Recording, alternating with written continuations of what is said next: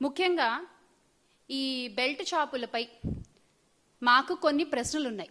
ఆ ప్రశ్నలకి సమాధానం చెప్పే దమ్ము, సమాధానం చెప్పే సత్తా ఈ కూటమి ప్రభుత్వానికి ఉంటే సమాధానం చెప్పండి. కొన్ని ప్రశ్నలు ఉన్నాయి మాకు.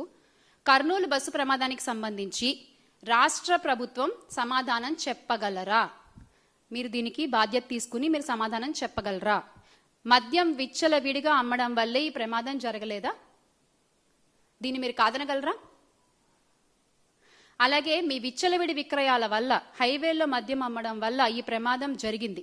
ఇది రాష్ట్ర ప్రభుత్వం బాధ్యతారాహిత్యం కాదా? హైవేకి అత్యంత సమీపంలో అసలు మద్యం షాపులు ఎందుకు నిర్వహిస్తున్నారు మీరు? అది తప్పని మీకు తెలీదా? రాత్రి 7 గంటలకు 8:45 శివశంకర్ అనే వ్యక్తి లిక్కర్ తాగారని మీరు చెప్తున్నారు. ఆ సమయంలో తాగితే తెల్లవారుజామున 3 గంటలకు బస్సు ప్రమాదం జరిగింది. ప్రభుత్వ వాదన పేలవంగా ఉంది కదా, ఈ విషయం మీకు అర్థం కావట్లేదా?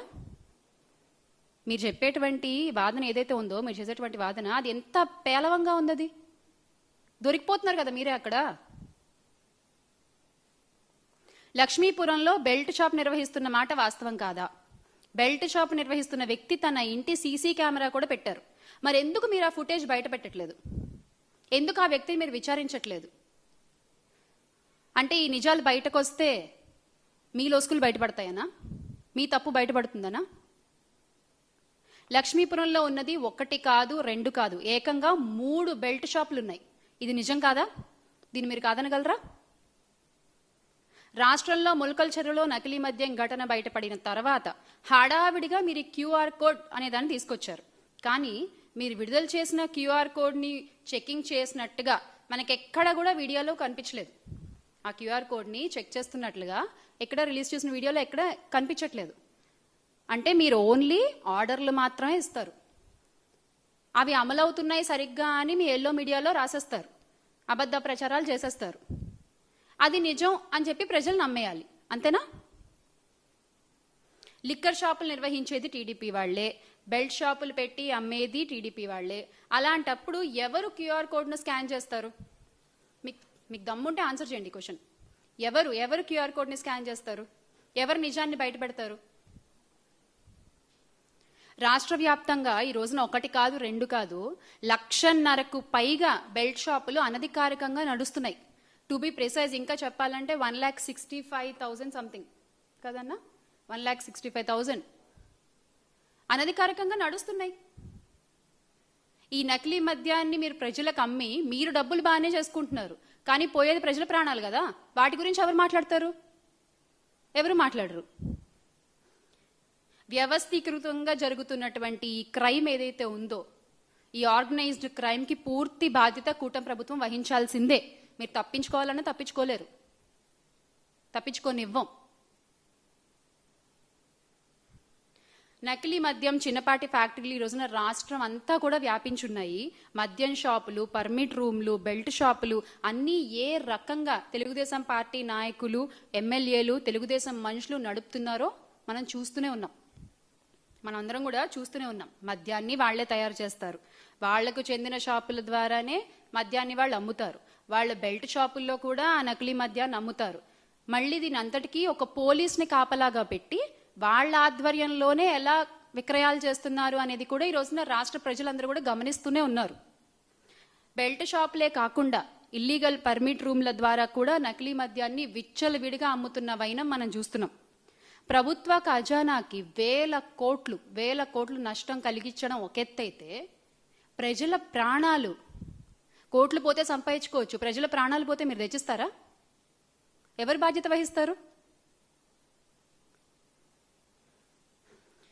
ఎంత దిగజారిపోయి ఈ రోజున వ్యాపారం చేస్తున్నారంటే, ఆ వ్యాపారం చేసేది కూడా మళ్ళీ మేము క్లీన్ అని చెప్పుకోవడంలో నిజంగా అసలు ఆ క్రెడిట్ మాత్రం ఒక చంద్రబాబు నాయుడు గారికి, నారా లోకేష్ గారికి దక్కుతుంది. ఇంత కళ్ళకు కనిపిస్తున్నా కూడా, ఇన్ని తప్పులు జరుగుతున్నాయని చెప్తున్నా కూడా, ప్రజల ముందు ఇలా తప్పని కనిపిస్తుంటే కూడా no no no no no అది తప్పు కాదు, మేము క్లీన్, మేము గ్రీన్, మేము చేసింది 100% రైట్ అని చెప్పుకోవడంలో మీకు మీరే సాటి.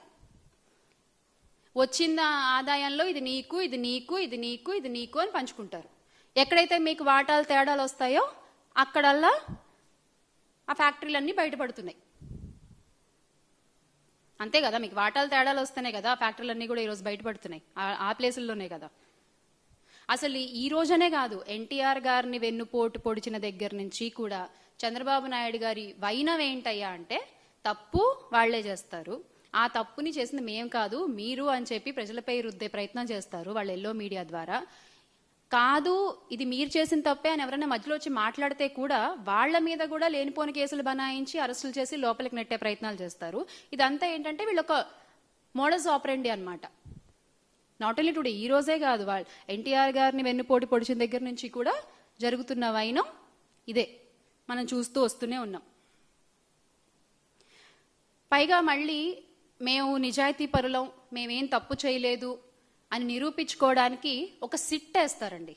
అసలు దీని గురించి మాట్లాడుకోవాలి మనం. ఒక సిట్ని వేస్తారు. ఆ సిట్ ఏంటి అంటే, ఇక్కడ సిట్ అంటే ఏంటంటే చంద్రబాబు నాయుడు గారి విషయంలో so in touch with Chandrababu Naidu గారు అనమాట.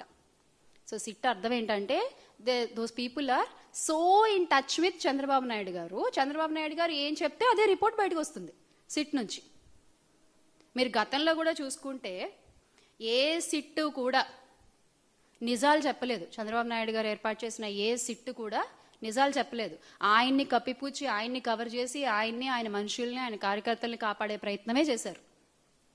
ఆయన బిజినెస్ పార్ట్నర్స్ని వీళ్ళని కాపాడే ప్రయత్నమే చేసింది తప్ప ఏ సిట్టు కూడా ఈ రోజు వరకు ఆయన ఆధ్వర్యంలో ఏర్పాటు చేసిన సిట్టు నిజం చెప్పలేదు. ఎందుకంటే they are so in touch with Chandrababu Naidu గారు అనమాట. ఇక ప్రజలు అర్థం చేసుకోవాలి ఎంత బాగా ఈ సిట్లు పనిచేస్తాయో. ఇక్కడ నిజంగా నకిలీ మద్యం ఫ్యాక్టరీలు పెట్టింది చంద్రబాబు నాయుడు గారి మనుషులు. నకిలీ మద్యాన్ని తయారు చేసి తమ మాఫియాలో భాగమైన ప్రైవేట్ లిక్కర్ షాపులకు సరఫరా చేసింది చంద్రబాబు నాయుడు గారి మనుషులు. అక్కడే కాదు, తమ వారు నడిపే బెల్ట్ షాపులకు సప్లై చేసేది కూడా చంద్రబాబు నాయుడు గారి మనుషులు, అమ్మేది కూడా చంద్రబాబు నాయుడు గారికి సంబంధించిన నాయకులు, కార్యకర్తలు. కానీ ఏమైనా దొరికితే మాత్రం మాకేం సంబంధం లేదు, పక్క పార్టీ వాళ్ళ మీద దోసేస్తాం మనం. చాలా సింపుల్గా ఎస్కేపిజం అన్నమాట ఇది. ఇంకో గమ్మత్తైన విషయం ఏంటంటే లిక్కర్ అమ్మేటప్పుడు ఆ క్యూఆర్ కోడ్ స్కాన్, అది కూడా ఇందాక మనం మాట్లాడుకున్నట్టు ఎవరు స్కాన్ చేస్తారు ఆ క్యూఆర్ కోడ్? మొత్తం అంతా మీ మనుషులే, మీ పార్టీ వాళ్ళే, మీ నాయకులే, మీ కార్యకర్తలు నడుపుతున్నారు. ఎవరు క్యూఆర్ కోడ్ స్కాన్ చేస్తారు? మన జగన్మోహన్ రెడ్డి గారు చెప్పినట్టు ఎలా ఉంటుందంటే అది దొంగ చేతికి తాళాలు ఇచ్చినట్టుగా ఉంటుంది. కల్తీ మద్యం విచ్చలవిడిగా తయారవుతోంది అనే అంశం కళ్ళకి ఖచ్చితంగా మనకు కనిపిస్తోంది. ఫ్యాక్టరీలతో సహా వీళ్ళు పెట్టుబడుల్లో, ఆదాయాల్లో వీళ్ళు మనస్పర్ధలు వచ్చిన చోట అవి బయటపడుతున్న విషయం కూడా అందరికీ కనిపిస్తోంది. డిస్ట్రిబ్యూషన్ నెట్వర్క్ కనిపిస్తోంది, అమ్ముతున్నది కనిపిస్తోంది. అయినా వీళ్ళకి ఏ మాత్రం స్పృహ కూడా లేదు. ఎవ్వరు నోరు తెరిచి మాట్లాడరు దాని గురించి.